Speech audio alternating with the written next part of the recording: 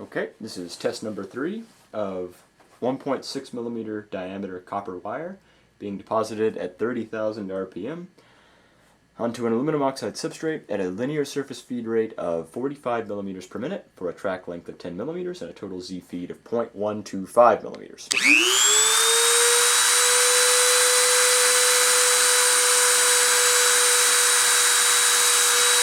Contact.